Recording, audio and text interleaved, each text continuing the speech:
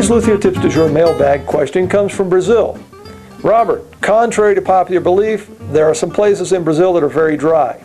My guitar now has cracks in it. Can you show me what to do? Thanks for your videos, Eduardo.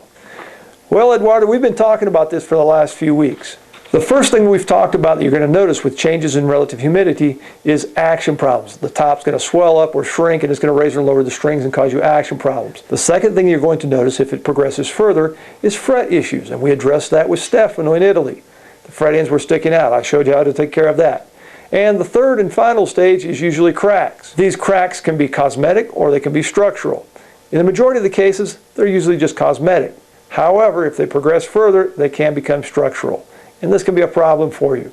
So Eduardo, let me show you what to do if you develop cracks in your instrument. So here's a guitar that came into the shop with some cracks in it. You'll notice here there's some cracks right along there that need to be addressed. In fact, they have been addressed in the past. However, this particular musician goes out on tour quite a bit, and the guitar is subject to extremes and changes in humidity, and the guitar is cracked again. They've already been addressed structurally. Now, how would you address it structurally? From the inside, you would place small cleats, generally of the same species of wood, along the crack there to help stabilize it. This has already been done, so all I'm going to show you how to do is the cosmetic work. And the cosmetic work involves a couple of stages. First of all, repair the crack. Second of all, repair the finish. The first thing I would do after addressing the structural issues, which this has already been addressed, is the cleats on the inside, is come in and fill the gaps. Now, if the gaps are large enough, you can come in with a dark piece of veneer like this, Brazilian rosewood, place it inside the crack, and then flood it with a little bit of CA glue, clip it off, scrape it, sand it, you're good to go. These cracks are not that wide enough, so we don't need this. What I'm going to do is come in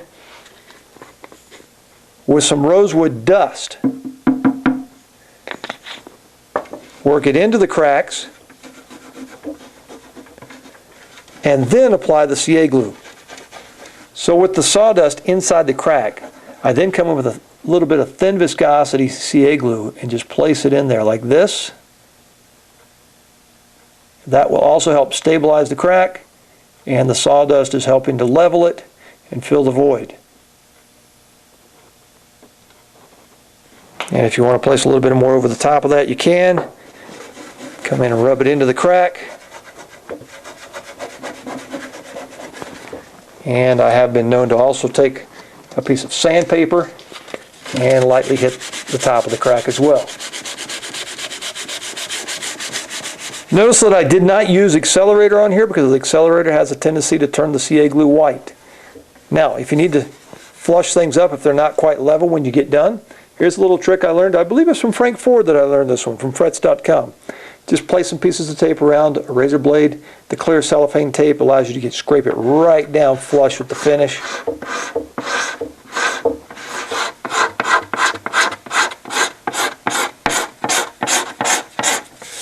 There we go. Now everything's level and ready for finish work.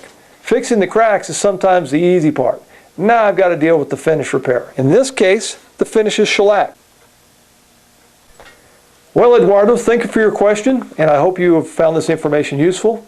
Remember, humidify your guitars before it progresses to this point. So, Eduardo em Brazil, aquele abraço e muito obrigado.